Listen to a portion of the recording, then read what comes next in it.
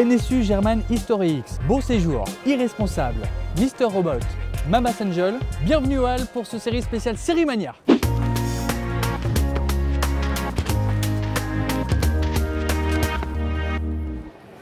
Série Mania, c'est donc la grande messe annuelle des séries télé à Paris. On lui consacre cette émission avec nos 5 coups de cœur et on commence avec le S de Sous le choc. Un choc, une claque, un coup de poing. NSU German History X est probablement la série la plus éprouvante de ce festival et pour cause. Elle décrit la radicalisation d'une jeune femme allemande vers le parti d'extrême droite, le NSU donc, le National Socialism Underground. En gros, ce sont les néo-nazis. Alors pour les 3 épisodes, le premier nous plonge en immersion dans ce mouvement né juste après la chute du mur de Berlin jusqu'au premier crime raciste. Les 2 autres adoptent le point de vue des victimes et de la police. Egal was passiert, nichts kann uns trennen. C'est très dur et pourtant c'est indispensable parce qu'on peut faire le lien avec la France d'aujourd'hui et la radicalisation des plus jeunes. Aucun diffuseur français n'a acquis les droits, donc il n'y a plus qu'à espérer que l'un de vos cousins allemands l'ait enregistré pour vous. Les productions belges ont le vent en poupe. Pas moins de 3 séries ont été présentées cette année. Ennemi public, La Trêve et surtout Beau Séjour. Nous avons rencontré pour vous une partie de l'équipe quelques instants avant la présentation officielle. Sanne et Nathalie, bonjour. Bonjour. Est-ce qu'en quelques mots vous pouvez nous décrire l'histoire de Beau Séjour? It's about a young girl who wakes up in a hotel and she sees her own dead body covered in blood. She wants to try to find out who did it, but there's no one she can talk to. There's no one who can hear her or see her. Only 5 people. After a while, she starts to think that maybe one of the 5 is her killer. On est influencé par l'endroit où l'histoire se passe, l'hôtel, le Beau Séjour. Moi, j'étais là et je dis directement, ici, je vais filmer. Et j'ai pris Kat avec, et elle est aussi directement tombée amoureuse de cet hôtel. Le nom de l'hôtel, c'est Beau Séjour. C'est le vrai nom de l'hôtel. For me, it's also the whole journey that Kato, which is our main character, makes from the first episode, first scene when she's dead, and the ending. I'm not gonna spoil the ending, but it's a period of her life that also corresponds with the title of Beau Séjour. Have a nice stay in this like middle world of not really living and not being really dead. So. Cyril, ziet jij Kato? Comme d'habitude, l'intégralité de cette interview est placée juste ici, en dessous. Et sachez que Beau Séjour sera diffusé sur Arte avant la fin 2017, on l'espère.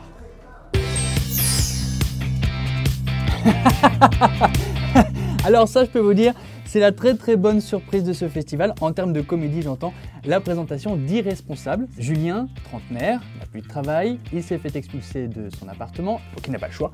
Il faut qu'il retourne vivre chez sa mère dans sa ville de son enfance. Maman, mais j'ai 31 ans. Comment cohabiter avec elle quand son quotidien est pétard et console?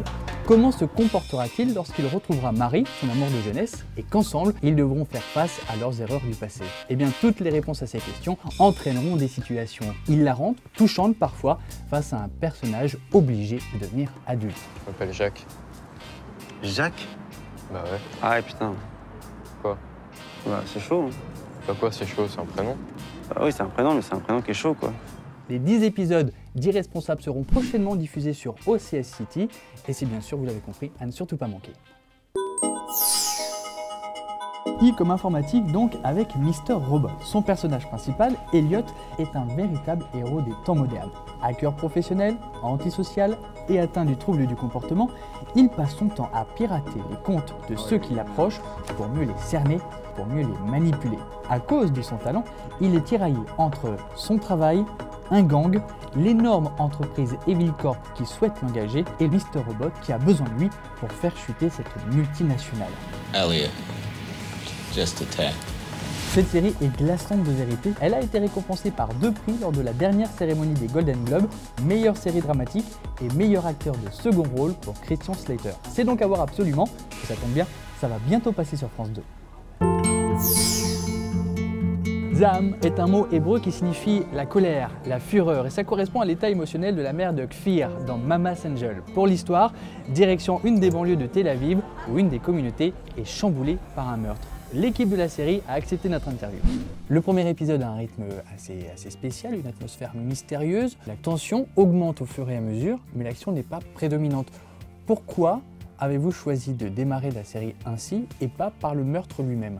Usually, you're right, you see a body and you don't see a person. And here you already know this child and it's much harder.